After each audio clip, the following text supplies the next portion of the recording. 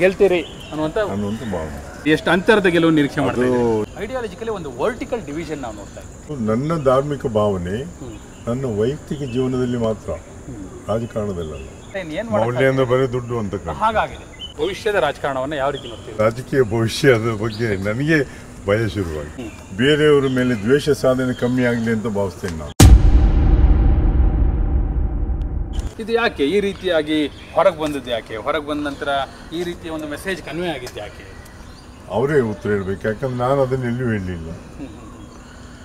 ಅದಾದ ಮೇಲೆ ನನಗೆ ಭಾಳ ಆಶ್ಚರ್ಯ ಆಯಿತು. ಮಣೂರು ಸೈಡ್ ಹೋದಾಗ ಒಂದಿಬ್ಬರು ಕೇಳಿದ್ರು ನನಗೆ, ಹೀಗೀಗಾಯ್ತಂತ. ಹೌದು, ಇಲ್ಲ ಅಂತೇಳಿ. ಹಾಗಾದರೆ ಅದಕ್ಕೆ ನಾನು ನಿಮ್ಮ ಹತ್ರ ಹೇಳಿದ್ದು, ಒಟ್ಟು ಕೂತು ಚರ್ಚೆ ಮಾಡೋದೇ ತಪ್ಪಾಗೋ ಪರಿಸ್ಥಿತಿ ಬಂದೋಗಿದೆ. ಇವೆಲ್ಲವೂ ಇದೆಯಲ್ಲ, ಅವರಿಗೆ ಭಾಷೆ ಬರೋದಿಲ್ಲ ಅಂತ ಹೇಳಿದಂಥದ್ದು ನಾನು ಹೇಳಲೇ ಇಲ್ಲ. ನೀವೇ ನೋಡಿದ್ದೀರಿ ಅದನ್ನು.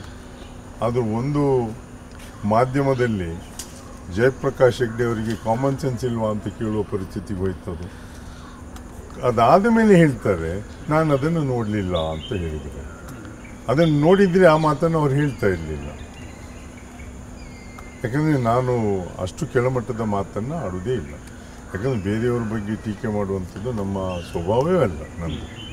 ಕರ್ನಾಟಕದ ರಾಜಕಾರಣ, ಅದರಲ್ಲಿ ನಿಮ್ಮಂಥ ರಾಜಕಾರಣಿಗಳಿದಾರಲ್ಲ, you are all role models. ನಾನು ಹೇಳ್ತೀನಿ ಕೇಳಿ, ಇವತ್ತಿನ ಯುವ ಪೀಳಿಗೆಗೆ ಯಾರು ರಾಜಕಾರಣದ ಕಡೆ ಒಂದು ಆಶಾಭಾವದಿಂದ ನೋಡ್ತಿದ್ದಾರೆ, ನೀವೇ ಆದರ್ಶ ವ್ಯಕ್ತಿಗಳು, ನೀವೇ ರೋಲ್ ಮಾಡೆಲ್ಸ್. ನಾನು ಅದಕ್ಕೋಸ್ಕರ ನಿಮ್ಮನ್ನೆಲ್ಲ ನೋಡೋ ರೀತಿಯೇ ಬೇರೆ. ಒಂದು ದೊಡ್ಡ ಗೌರವ ಇಟ್ಕೊಂಡೆ ನಾವು. ನಿಮ್ಗೆ ಗೊತ್ತು, ನಿಮ್ಮದು 17 ವರ್ಷದಿಂದ ಒಟ್ಟಿಗೆ ಇದ್ದೇನೆ. ಭಾಳಷ್ಟು ನಾವು ಕರೆದಾಗ ಭಾಳಷ್ಟು ಚರ್ಚೆಗಳಿಗೆ ಬಂದಿದ್ದೀರಿ. ಅದೇ ನಿರೀಕ್ಷೆಯೊಂದಿಗೆ ನಾನು ಕರೆದಾಗ ನನಗೆ ಇವೆಲ್ಲ ಗೊತ್ತಿರಲಿಲ್ಲ, ಈ ಸೂಕ್ಷ್ಮ ಸಂಗತಿಗಳೆಲ್ಲ ನನಗೆ ಗೊತ್ತಿರಲಿಲ್ಲ. ನೀವು ಒಂದೊಂದಾಗಿ ಹೇಳಿದ್ರಿ. ಬಟ್ ರಾಜಕಾರಣ ಎಲ್ಲಿಗೆ ಹೋಗ್ತಾ ಇದೆ? ಅದೇ ನನಗೆ ನೋವು. ರಾಜಕಾರಣ ಎಲ್ಲಿಗೆ ಹೋಗ್ತಾ ಇದೆ ಅಂತ ನೀವು ನನ್ನನ್ನು ಪ್ರಶ್ನೆಯನ್ನು ಕೇಳ್ತಾ ಇದ್ದೀರಲ್ಲ, ನನಗೆ ಅದೇ ಒಂದು ದೊಡ್ಡ ಪ್ರಶ್ನಾರ್ಥಕ ಚಿಹ್ನೆಯಾಗಿ ಉಳಿದಿದೆ. ಯಾವ ಮಟ್ಟಕ್ಕೆ ಹೋಗ್ತದೆ ಅನ್ನುವಂಥದ್ದು ಅದು ಆಗಬಾರ್ದು. ನಾವು ವಿಧಾನಸಭೆಯಲ್ಲಿದ್ದಾಗಲೂ ಸಹ, ಈಗ ನಾನು ನ್ಯಾಯವಾದಿ, ಕೋರ್ಟ್ನಲ್ಲಿ ಅದರ ಆರ್ಗ್ಯೂ ಮಾಡ್ತೇವೆ, ಹೊರಗೆ ಬಂದಾಗ ಸ್ನೇಹಿತರಾಗಿ ಇರ್ತೇವೆ. ವಿಧಾನಸಭೆಯಲ್ಲಿ ಸಮೇತ ವಿಷಯಾಧಾರಿತ ಚರ್ಚೆಯನ್ನು ಮಾಡ್ತೇವೆ. ಆದರೆ ಕೆಲವು ವೈಯಕ್ತಿಕ ದೂಷಣೆಗಳನ್ನು ಮಾಡಿ ಬಯಸ್ಕೊಂಡದ್ದು ಉಂಟು, ಇಲ್ಲ ಅಂತ ಹೇಳಿದ್ರೆ ಅದು ಭಾಳ ಕಮ್ಮಿ. ಅದು ನಮ್ಮ ಕಾಲದಲ್ಲಿ. ಈಗ ದಿನನಿತ್ಯ ಅದನ್ನು ಕಾಣ್ತಾ ಇದ್ದೇವೆ. ಅದು ರಾಜಕಾರಣದಲ್ಲಿ ಅಂತೂ ಒಬ್ರಿಗೊಬ್ಬರು ಬಯಸ್ಕೊಳ್ಳೋದು, ವಿಪರೀತ ವೇದಿಕೆಯ ಮೇಲೆ ಬಯಸ್ಕೊಳ್ಳುವಂಥ ವಿಪರೀತ ಜಾತಿ. ನಾನು ಈ ಚುನಾವಣೆಯಲ್ಲಿ ನೀವು ನನ್ನ ಭಾಷಣಗಳನ್ನು ತೆಗೆದು ನೋಡಿ, ಎಲ್ಲಿಯೂ ಯಾರಿಗೂ ದೂಷಣೆಯನ್ನು ಮಾಡಿಲ್ಲ. ವಿಷಯಾಧಾರಿತ ಚರ್ಚೆಯನ್ನು ಮಾಡಿದ್ದೇನೆ, ವೈಯಕ್ತಿಕ ದೂಷಣೆಯನ್ನು ಮಾಡಿಲ್ಲ. ಈಗಲೂ ಮಾಡಲಿಲ್ಲ, ಇನ್ನು ಮುಂದೂ ಮಾಡುವುದಿಲ್ಲ. ಅಂದರೆ ನಾವು ಯಾವುದೇ ನಿರೀಕ್ಷೆ ಇಟ್ಕೊಳ್ಳಂಗಿಲ್ಲ. ಇನ್ನು ಮೌಲ್ಯಾಧಾರಿತ ರಾಜಕಾರಣ ಅನ್ನೋದು ಸಮಾಧಿ ಆಗಿದೆ ಅನ್ಕೋಬೇಕಷ್ಟೇ. ಏನು ಮೌಲ್ಯ ಅಂದರೆ ಬರೀ ದುಡ್ಡು ಅಂತ ಹಾಗಾಗಿದೆ. ಇವ್ರು 100% ರೈಟ್. ಅದಕ್ಕೆ ನಾನು ಕೇಳಿದೆ, ಮತದಾನವಾಗಿ ಉಳಿದಿಲ್ಲ. ಈ ಕಡೆ ಮೌಲ್ಯಾಧಾರಿತ ರಾಜಕಾರಣ ಏನು ಹೆಗ್ಡೆ ಅವ್ರ ಕಾಲದಲ್ಲಿ ಬಹಳ ದೊಡ್ಡ ಚರ್ಚೆಗಳಾಗ್ತಾ ಇತ್ತು. ಅದ್ರ ಬಗ್ಗೆ ನ್ಯಾಷನಲ್ ಡಿಬೇಟ್ಸ್ ಆಗ್ತಾ ಇತ್ತು. ಹೌದು, ನ್ಯಾಷನಲ್ ಲೆವೆಲ್ ಚರ್ಚೆಗಳು ಅವರೊಟ್ಟಿಗೆ ಕೆಲಸ ಮಾಡಿ ಬಂದವರು. ಬಟ್ ಇವತ್ತು ಈ ಘಟ್ಟಕ್ಕೆ ಹೋಗ್ತಾ ಇರೋದು. ಮತ್ತೆ ಇವತ್ತು ನೋಡಿ, ಸ್ವಾತಂತ್ರ್ಯ ಪೂರ್ವದಲ್ಲಿ ರಾಜಕಾರಣಕ್ಕೆ ಬರುವ ಹಿಂದೆ, ಸಾಮಾಜಿಕ ಹೋರಾಟಕ್ಕೆ ಬರುವ ಹಿಂದೆ ನಮ್ಮ ದೇಶಕ್ಕೆ ಸ್ವಾತಂತ್ರ್ಯ ಬೇಕಪ್ಪ ಅನ್ನೋದು ಒಂದೇ ಇತ್ತು. ಹೌದಾ? ಇವತ್ತು ರಾಜಕಾರಣಕ್ಕೆ ಬರುವವರಿಗೆ ಏನು ಉದ್ದೇಶ, ಏನು ನಡೆದಿದೆ ಅಂತಲೇ ಗೊತ್ತಿಲ್ಲ. ಇತಿಹಾಸ ಗೊತ್ತಿದ್ದರೆ ವರ್ತಮಾನದ ಬಗ್ಗೆ ಚರ್ಚೆ ಮಾಡ್ಬೋದು. ನಾವು ವರ್ತಮಾನ ಸರಿಯಾಗಿ ಅರ್ಥ ಮಾಡ್ಕೊಳ್ಳೋ ಬಗ್ಗೆ ಇದ್ದಿದ್ದರೆ ಭವಿಷ್ಯ ಏನು ಅಂತ ಗೊತ್ತೇ ಅರ್ಥವನ್ನೇ ಮಾಡ್ಕೊಳ್ಳಿಕ್ಕೆ ಸಾಧ್ಯ ಇಲ್ಲ. ಭವಿಷ್ಯದಲ್ಲಿ ನಾನೇನು ಮಾಡಬೇಕು ಅದರ ಬಗ್ಗೆ ಚರ್ಚೆ ಆಗ್ತಾ ಇಲ್ಲ. ನಾನು ಒಂದು ಜನಪ್ರತಿನಿಧಿಯಾಗಿ ಕ್ಷೇತ್ರಕ್ಕೆ ಏನನ್ನು ಮಾಡಬೇಕು, ಜನರಿಗೆ ಏನನ್ನು ಮಾಡಬೇಕು, ಇದು ಯಾವುದನ್ನು ಅರ್ಥವನ್ನು ಮಾಡಿಕೊಳ್ಳದೇ ಇದ್ದರೆ, ನಾವು ಭವಿಷ್ಯ ಏನು ಮಾಡ್ತೇವೆ ಅಂತ ಆಲೋಚನೆ ಇಲ್ಲದೇ ಇದ್ದರೆ, ನಾನು ಜನಪ್ರತಿನಿಧಿ ಆಗಲಿಕ್ಕೆ ನನಗೆ ಅರ್ಹತೆ ಇಲ್ಲ ಅಂತ ನಾನು ಭಾವಿಸ್ಕೊಳ್ಬೇಕಾಗ್ತದೆ. ಮತ್ತೊಂದು ನೋಡಿ, ಅಟ್ ದ ಸೇಮ್ ಟೈಮ್ ನಾವು ರಾಜಕಾರಣದ ಬಗ್ಗೆ ಚರ್ಚೆ ಮಾಡ್ತಾ ಇದ್ದೇವೆ. ವಿಶೇಷವಾಗಿ ನಮ್ಮ ಕರಾವಳಿಯಲ್ಲಿ ಐಡಿಯಾಲಜಿಕಲಿ ಒಂದು ವರ್ಟಿಕಲ್ ಡಿವಿಷನ್ ನಾವು ನೋಡ್ತಾ ಇದ್ದೀವಿ. ಐಡಿಯಾಲಜಿಕಲಿ ಒಂದು ವರ್ಟಿಕಲ್ ಡಿವಿಷನ್ನ ಸ್ಪಷ್ಟವಾಗಿ ನೋಡ್ತಾ ಇದ್ದೀವಿ. ಅದರಲ್ಲೂ ಕಳೆದ ಕೆಲವು ವರ್ಷಗಳಿಂದ ಅದು ಭಾಳ ತೀವ್ರವಾಗಿದೆ. ನೀವು ಒಂದು ಕಡೆ ಅಯೋಧ್ಯೆ ರಾಮ ಮಂದಿರಕ್ಕೆ ದೇಣಿಗೆಯನ್ನು ಕೊಟ್ಟಿದೆ ನಾನು. ಹೌದಾ? ಅಯೋಧ್ಯೆಯ ರಾಮಲ್ಲ ಪ್ರತಿಷ್ಠಾಪನೆ ದಿನ ನೀವು ಕೂಡ ಕಾರ್ಯಕ್ರಮ ಮಾಡ್ತೀರಿ, ಸಂಭ್ರಮಾಚರಣೆ ಮಾಡ್ತೀರಿ, ಸುದ್ದಿಗೋಷ್ಠಿಯನ್ನು ನಡೆಸ್ತೀರಿ. ಅದ್ರ ಜೊತೆಗೆ ಒಂದು ಜಾತ್ಯತೀತತೆಯನ್ನು ಮೇಂಟೈನ್ ಮಾಡುವಂಥ ಪ್ರಯತ್ನ, ಸೆಕ್ಯುಲರಿಸಮ್ ಮೇಂಟೈನ್ ಮಾಡುವಂಥ ಪ್ರಯತ್ನ ಮಾಡ್ತೀರಿ. ಒಂದು ಹಗ್ಗದ ಮೇಲಿನ ನಡಿಗೆ ಅಂತ ಅನ್ನಿಸ್ತಾ ಇದೆ ನಿಮಗೆ ರಾಜಕಾರಣದಲ್ಲಿ ಇವತ್ತೇ? ಅಂದರೆ ಅಪಾದನೆ ಕೇಳುವಾಗ ಅದು ಹಗ್ಗದ ಮೇಲೆ ರಾಜಕಾರಣ ಆಗ್ತದೆ. ಆದರೆ ನಾನು ಹೇಳುವಂಥದ್ದು, ನನ್ನ ಧಾರ್ಮಿಕ ಭಾವನೆ ನನ್ನ ವೈಯಕ್ತಿಕ ಜೀವನದಲ್ಲಿ ಮಾತ್ರ, ರಾಜಕಾರಣದಲ್ಲ. ನಾನು ನಮ್ಮ ಊರಿನಲ್ಲೂ ದೇವಸ್ಥಾನ ಕಟ್ಸಿದ್ದೇನೆ, ಬೇರೆ ಕಡೆಯಲ್ಲಿ ದೇವಸ್ಥಾನಕ್ಕೆ ಅನುದಾನವನ್ನು ಕೊಡ್ತಿದ್ದೇನೆ. ಇವೆಲ್ಲವನ್ನು ಮಾಡಬೇಕಾದ ಜನರ ನಂಬಿಕೆ ಅಲ್ವಾ ಅದು, ಅವ್ರಿಗೆ ಸಹಾಯವನ್ನು ಮಾಡಬೇಕಾಗ್ತದೆ. ಆದರೆ ಅದರ ಹೆಸರಿನಲ್ಲಿ ಮತವನ್ನು ಕೇಳಲಿಲ್ಲ ಅಷ್ಟೆ. ಅಲ್ಲ, ಈ ವರ್ಟಿಕಲ್ ಡಿವಿಷನ್ನ ಯಾವ ರೀತಿ ನೋಡ್ತೀರಿ? ನಾವು ಯಾಕಂದರೆ ಇತ್ತೀಚಿನ ವರ್ಷಗಳಲ್ಲಿ ತೀವ್ರವಾಗಿ ಆಗಿದೆ, ನೀವು ನೋಡಿದ್ದೀರಿ ಅದನ್ನು ಎಷ್ಟರ ಮಟ್ಟಿಗೆ ಹೋಗಿದೆ, ನೀವು ಯಾವ ರೀತಿ ನೋಡ್ತೀರಿ? ಇದು ಒಳ್ಳೆಯ ಬೆಳವಣಿಗೆ ಅಂತ ಅನ್ಸುತ್ತೆ ನಿಮಗೆ, ಅನ್ಸುತ್ತಾ? ಅವರ ವೈಯಕ್ತಿಕ ಜೀವನಕ್ಕೆ ಅದೆಲ್ಲೋ ಒಳ್ಳೆಯದೇ ಇರಲಿ, ಆ ನಂಬಿಕೆ ಇದ್ದಾಗ ಬೇರೆಯವರ ಮೇಲೆ ದ್ವೇಷ ಸಾಧನೆ ಕಮ್ಮಿ ಆಗಲಿ ಅಂತ ಭಾವಿಸ್ತೇನೆ ನಾನು. ಆದರೆ ಅದರಿಂದಲೇ ದ್ವೇಷ ಜಾಸ್ತಿ ಆಗ್ತದೆ. ದ್ವೇಷ ಸಾಧನೆ ಇದೆ, ದೇವರು ಎಲ್ಲೂ ಹೇಳಲಿಲ್ಲ ನೀವು ದ್ವೇಷ ಸಾಧನೆಯನ್ನು ಮಾಡಿ ಅಂತ ಅಲ್ವಾ? ದ್ವೇಷ ಸಾಧನೆ ಮಾಡೋದು ಬೇಡ, ಭಕ್ತಿಯಲ್ಲಿ ಭಯ ಇರಬಾರ್ದು. ಭಕ್ತಿಯಿಂದ ಪೂಜೆ ಮಾಡಿ, ಭಯದಿಂದ. ನಾವೆಲ್ಲ ನಮ್ಮ ಭಾಗದಲ್ಲಿ ಮೊದಲು ಬರೀ ದೈವ ಭಕ್ತರು, ಈಗ ದೇವರನ್ನು ಪೂಜೆ ಮಾಡಲಿಕ್ಕೆ ಶುರು ಮಾಡೋದು ಇತ್ತೀಚಿನ ದಿನದಲ್ಲಿ ಜಾಸ್ತಿ ಆಗಿದೆ ಅಲ್ವಾ? ನೀವು ಸಹ ದೈವ ಭಕ್ತರೇ, ನಾವು ಸಹ ದೈವ ಭಕ್ತರು.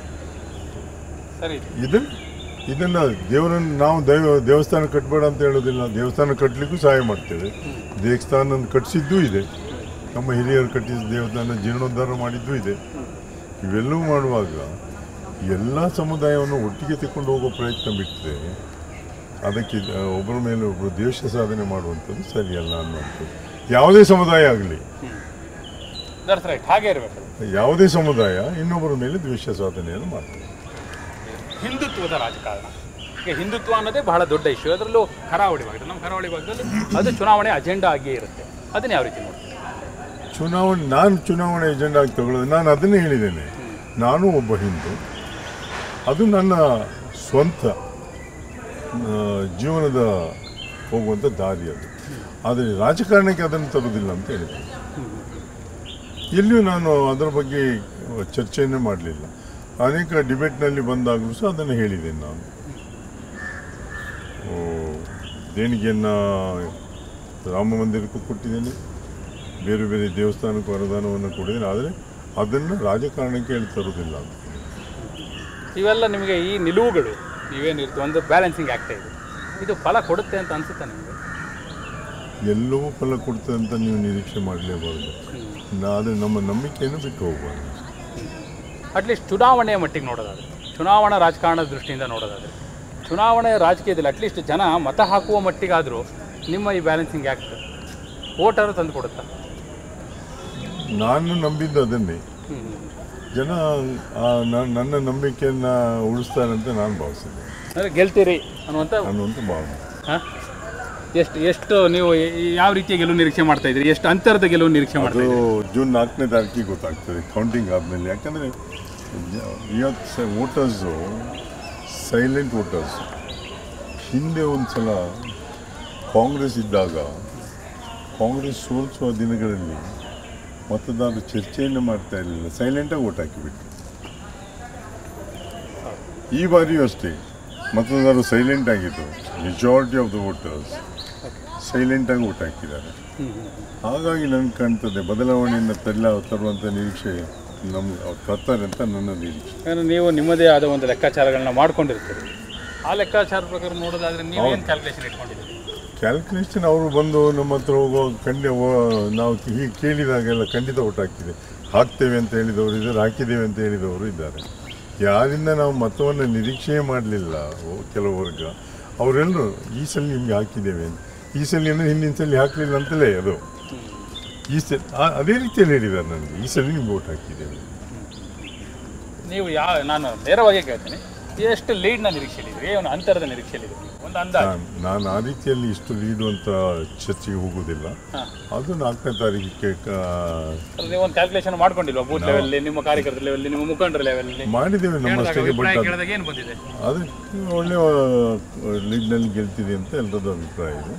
ಅದಕ್ಕೆ ನಾವು ಇಷ್ಟು ಲೀಡ್ನಲ್ಲಿ ಗೆಲ್ತೇವೆ ಅಂತ ಕೌಂಟಿಂಗ್ ಆಗೋ ಮುಂಚೆ ಹೇಳುವಂಥದ್ದು ಸರಿಯಲ್ಲ ಅಂತ ನಾನು. ಹಾಗೆ ನಿಮ್ಮ ಒಂದು ಭವಿಷ್ಯದ ರಾಜಕಾರಣವನ್ನು ಯಾವ ರೀತಿ ನೋಡ್ತೀವಿ ನೀವು? ನಿಮ್ಮ ಭವಿಷ್ಯದ ರಾಜಕಾರಣವನ್ನು ಯಾವ ರೀತಿ ನೋಡ್ತೀವಿ? ಇವತ್ತಿನ ರಾಜಕಾರಣ, ನನಗೆ ರಾಜಕೀಯ ಭವಿಷ್ಯದ ಬಗ್ಗೆ ನನಗೆ ಭಯ ಶುರುವಾಗಿ. ನಾನು ನಿರೀಕ್ಷೆ ಮಾಡಿದ್ದೆ ಹೇಗೆ ಅಂದರೆ, ಎಷ್ಟೋ ಜನ, ನಾನು ಕಾಲೇಜ್ಗಳಿಗೆಲ್ಲ ಹೋಗಿ ಮಕ್ಕಳೊಟ್ಟಿಗೆ ಇಂಟ್ರ್ಯಾಕ್ಟ್ ಮಾಡ್ತೇನೆ. ಫಸ್ಟ್ ಅವರಿಗೆ ಕೆಲವು ವಿಷಯಗಳ ಬಗ್ಗೆ ಸಂವಿಧಾನದ ಬಗ್ಗೆ ಸ್ವಲ್ಪ ವಿಷಯವನ್ನು ಹೇಳ್ತೇನೆ. ಫಂಕ್ಷನಿಂಗ್ ಆಫ್ ಪಾರ್ಲಿಮೆಂಟ್ ಬಗ್ಗೆ ಮಾತಾಡಿದ್ದೇನೆ, ಫಂಕ್ಷನಿಂಗ್ ಆಫ್ ಅಸೆಂಬ್ಲಿ ಬಗ್ಗೆ ಮಾತಾಡಿದ್ದೇನೆ.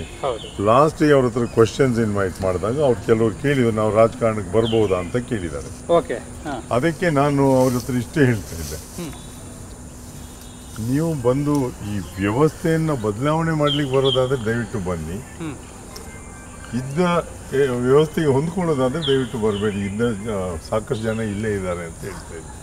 ಸರಿ ಇದೆ, ಕರೆಕ್ಟ್. ಯಾಕಂದರೆ ಇವತ್ತಿನ ರಾಜಕಾರಣ ಇದೆಯಲ್ಲ, ನಾನು ಹೇಳಿದೆ ನಿಮಗೆ, ರಾಜೀವ್ ಗಾಂಧಿ ಅವರು 18 ಇಯರ್ಸ್ ವೋಟಿಂಗ್ ರೈಟ್ ಕೊಟ್ಟದ್ದೇ ಒಂದು ಬದಲಾವಣೆ ತರ್ತಾರೆ ಯೋಜನಾಂಗ ಅಂತ. ಉದ್ದೇಶ ಅದೇ ಇತ್ತು. ಆದರೆ ಬ್ಲೈಂಡ್ ವೋಟರ್ಸ್ ಆಗಬಾರ್ದು ಅನ್ನುವಂಥದ್ದು ನನ್ನ ಅಭಿಪ್ರಾಯ. ನೀವು ಆಲೋಚನೆ ಮಾಡಿ, ಅಭ್ಯರ್ಥಿ ಅಂತವ್ರು ಅಂತ ಆಲೋಚನೆ ಮಾಡಿ ಮತವನ್ನು ಕೊಡಿ ಅಂತಲ್ಲ.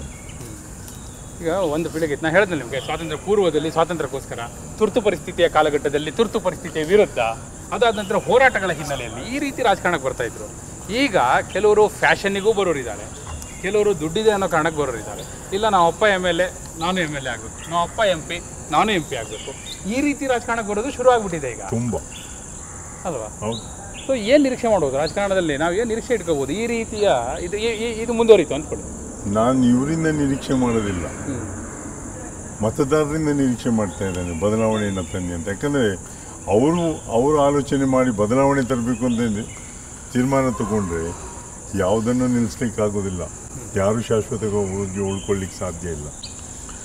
ಬ್ಲೈಂಡ್ ವೋಟರ್ಸ್ ಆದರೆ ಏನು ಮಾಡಲಿಕ್ಕೆ ಸಾಧ್ಯ ಆಗೋದಿಲ್ಲ.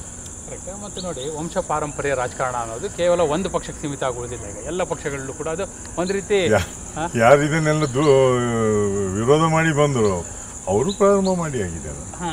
ಹೀಗಾಗಿರುವಂಥ ಕಾಲಘಟ್ಟದಲ್ಲಿ ನಾವು ಅದನ್ನೇ ಜನನೂ ಒಪ್ಕೊಳ್ಳೋಕೆ ಶುರು ಮಾಡಿಬಿಟ್ಟಿದ್ದಾರೆ ಅಲ್ವಾ? ಈಗ ಯಾವ ಆದರ್ಶ, ಈಗ ತತ್ವ ಆದರ್ಶಗಳ ಹಿನ್ನೆಲೆಯ ರಾಜಕಾರಣ ಅನ್ನೋದು ಮರೆ ಮಾಚ್ತಾ ಇದೆ. ನೀವು ಭವಿಷ್ಯವನ್ನು ಯಾವ ರೀತಿ ನೋಡ್ತೀರಿ? ರಾಜಕಾರಣದ ಭವಿಷ್ಯ ಇದು ಹೀಗೆ ಮುಂದುವರಿತು ಅಂತ ಅಂದ್ಕೊಳ್ಳಿ.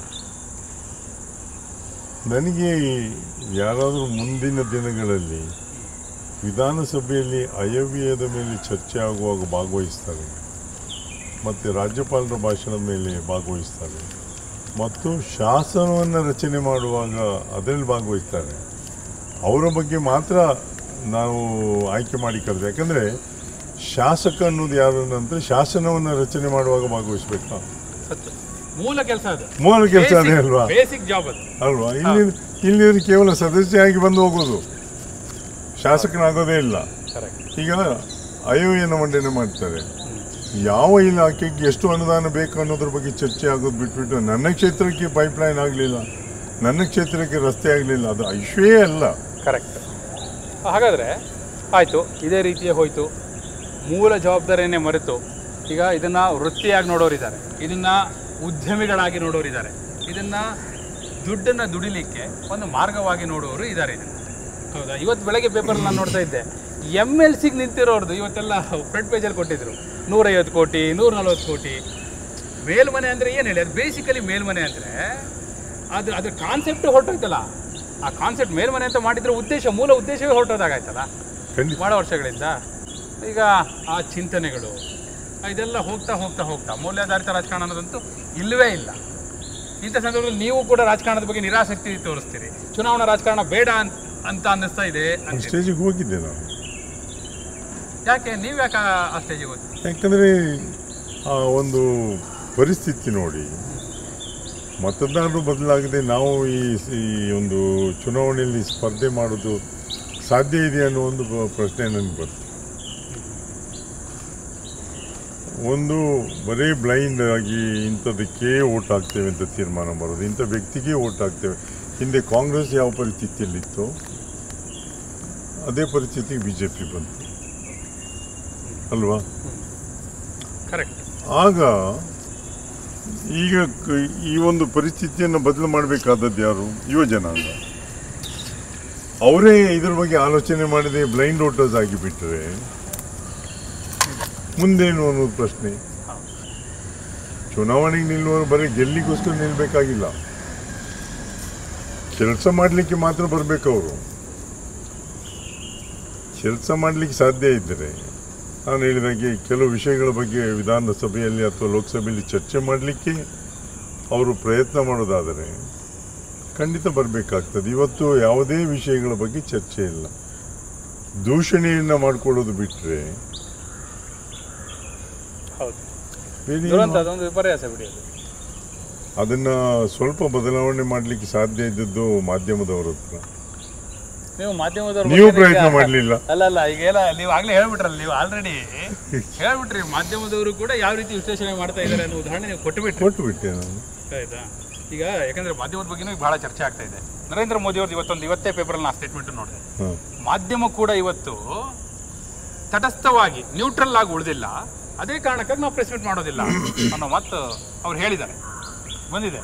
ಬಹುಶಃ ನಿಮ್ಮ ಮಾತು ಅದೇ ರೀತಿ ಧ್ವನಿಸ್ತೀಗ, ತಟಸ್ಥವಾಗಿ ಉಳಿದಿಲ್ಲ ಅನ್ನೋದು ಪರಾಮರ್ಶೆಗೆ ನಾವು ನಾನು ಬರೋದಕ್ಕೊಂದು ಅರ್ಥ ಇದೆ. ಅವರು ಸಹ ಆ ರೀತಿ ಆಲೋಚನೆ ಮಾಡೋ ಪರಿಸ್ಥಿತಿ ಬಂದರೆ ಅಲ್ವಾ? ಸರಿ ಇದೆ ಚರ್ಚೆ ಆಗಬೇಕು. ಈಗ ಹಿಂದೆ ಮಾಧ್ಯಮದಲ್ಲಿ ಪ್ರಶ್ನೆ ಮಾಡ್ತಾ ಇದ್ದಿದ್ದು ಸರ್ಕಾರನ್ನ, ಇವತ್ತು ಹಾಗಲ್ಲ. ಮಾಧ್ಯಮ ಪ್ರಶ್ನೆ ಮಾಡೋದು ವಿರೋಧ ಪಕ್ಷವನ್ನ, ಸರ್ಕಾರನ ಪ್ರಶ್ನೆ ಎಲ್ಲಿಯೂ ಮಾಡ್ತಾ ಇಲ್ಲ ಅಲ್ವಾ? ಅಲ್ಲ, ಈಗ ಅವರೇ ಹೇಳಿದಾರಲ್ಲ, ತಟಸ್ಥವಾಗಿ ಉಳಿದಿಲ್ಲ, ಇದಕ್ಕೋಸ್ಕರ ನಾನು ಪ್ರೆಸ್ ಮೀಟ್ ಮಾಡಲ್ಲ ಅಂತ ಹೇಳಾಯ್ತು. ಅಂದ್ರೆ ಪ್ರೆಸ್ ಮೀಟ್ ಮಾಡಿದ್ರೆ ಪ್ರಶ್ನೆ ಕೇಳುವ ಅವಕಾಶ. ಈಗ ನೀವು ಬಂದಿದ್ದೀರಿ, ನಾವು ಪ್ರಶ್ನೆ ಕೇಳ್ತಾ ಇದ್ದೀನಿ. ನೀವು ಬರ್ತಾ ಇದ್ರೆ ನಾನು ಹೆಂಗ್ ಪ್ರಶ್ನೆ ಕೇಳಿ? ನೀವು ಬಂದರೆ ನಾನು ಪ್ರಶ್ನೆಯನ್ನ ಕೇಳಬಹುದು. ನೀವು ಬಾರದೇ ಹೋದ ಪಕ್ಷದಲ್ಲಿ ನಾನು ಪ್ರಶ್ನೆ ಕೇಳೋದು ಹೇಗೆ? ಮತ್ತೆ ಈಗ ನೀವು ಹೇಳಿದ್ದು ಅವ್ರು ಹೇಳಿದ್ದು ಒಂದೇ ಅನಿಸಿಕೆ ಬಂತು, ಏನು ಮಾಧ್ಯಮವು ತಟಸ್ಥವಾಗಿ ಉಳಿದಿಲ್ಲ ಅನ್ನೋ ಅಭಿಪ್ರಾಯ ಇದೆಯಲ್ಲ, ಇದೊಂದು ಲೈನಲ್ಲಿ ನಿಮ್ಮಿಬ್ರದ್ದು ಒಂದೇ ಅಭಿಪ್ರಾಯ ಬಂತು ನಾನು ನೋಡಿದಾಗ. ಈಗ ನಾನು ಯಾಕೆ ಇದನ್ನು ಕೂಡ ನಾನು ಚರ್ಚೆಗೆ ಓಪನ್ ಆಗಿ ತಗೊಂಡೆ, ಯಾಕಂದ್ರೆ ಯಾರೂ ಕೂಡ ಚರ್ಚೆ ಹಾಗೂ ವಿಮರ್ಶೆಗಳಿಂದ ಅತೀತರಲ್ಲ. ಯಾರು ಕೂಡ ತಾವು ವಿಮರ್ಶೆಗೊಳಗಾಗಬೇಕು, ತಾವು ಪರಾಮರ್ಶೆಗೊಳಗಾಗಬೇಕು, ತಪ್ಪಿದ್ರೆ ತಿದ್ಕೋಬೇಕು. ನಿಮ್ಮ ಪ್ರಕಾರ ಮಾಧ್ಯಮ ಯಾವ ಹಾದಿಯಲ್ಲಿ ಹೋಗ್ತಾ ಇದೆ, ಏನಾಗಬೇಕು? ನೇರವಾಗಿ ಹೇಳೋದಿದ್ರೆ ಇಲ್ಲಪ್ಪ ಇದು ತಪ್ಪಿದೆ, ಇದು ಸರಿ ಆಗಬೇಕು, ಎಲ್ಲೇ ತಪ್ತಾ ಇದೆ ಅಂತ ಅನ್ಸುತ್ತೆ ನಿಮಗೆ?